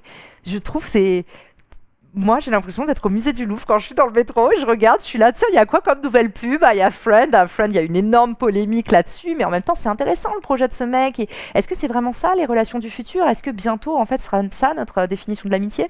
Après, je vois le masque LED et je me dis, ah, c'est malin en tant que positionnement, c'est un bon exemple de pénétration de marché. Après, je vois ça et je dis, ah, tiens, ça vient de sortir. En fait, je trouve ça intéressant. Moi, j'adore mon métier. Voilà. T'es passionné.